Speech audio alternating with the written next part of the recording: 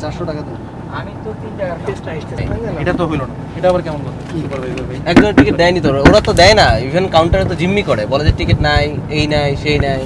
দুইজন তিনজনের টিকিট কাটছেন? হ্যাঁ, দুইজনের এখানে আছে দেখেন। একটু বামে চাপ দেন, মুখ চলে আসতেছে। দুইজনের দুইটা সিট দিছে, দুইটা সিটে 6000 নিছে। হ্যাঁ, ওই যে ওই টিকিট দেওয়া হয়নি কেন বলেন?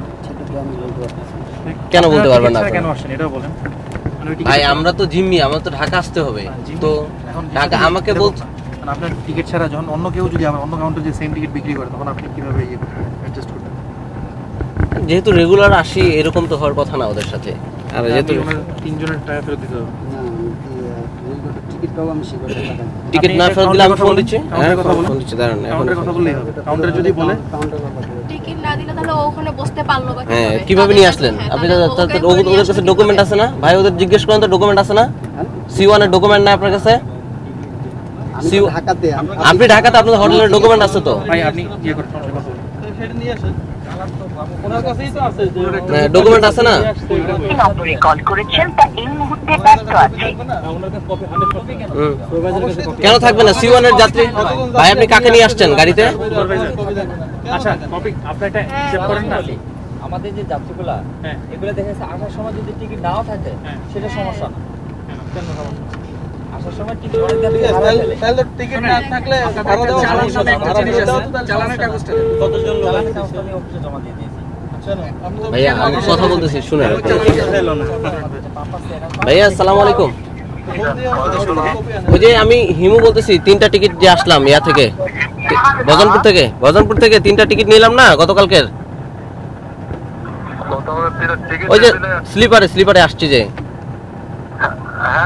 ওই 2টা তো টিকিট দিছিলেন, একটা টিকিট তো আপনি আমাকে দেননি। না দেয়নি তো, গাড়ির সুপারভাইজার দেয়নি তো টিকিটটা। আচ্ছা, সুপারভাইজারকে বলে দিবেন যে টিকিটটা দেওয়ার জন্য, আমার টিকিটটা একটু দরকার।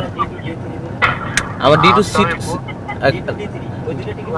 না, এই যে B2টা পাইছি, B2 আর B3টা পাইছি, আর C3টা সিট উপর আপারের C যেটা C1 এটা পাইনি।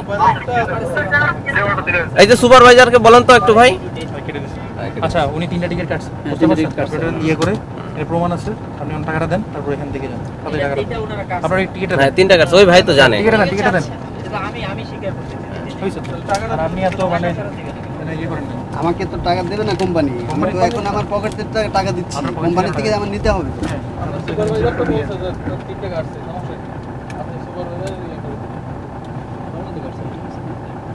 শিওর ভাই চালান আছে আমাদের দিয়ে দেন। 336 যাত্রী সমান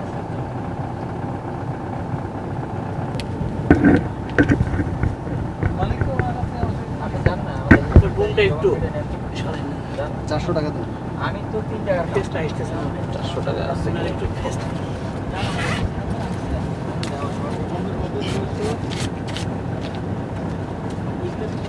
100 টাকা আছে।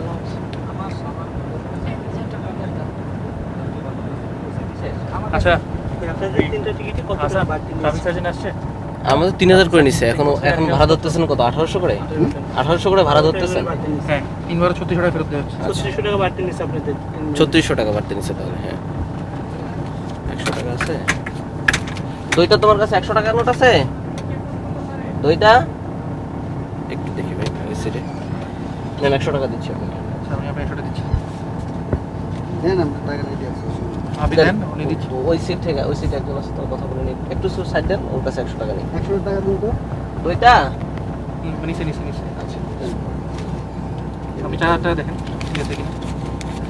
Thank you. সেনাবাহিনীর এই কার্যক্রম কেমন লাগছে একটু বলবেন? অনেক ভালো লাগতেছে, তো এই কার্যক্রমটা অব্যাহত থাকুক, এটা চাই।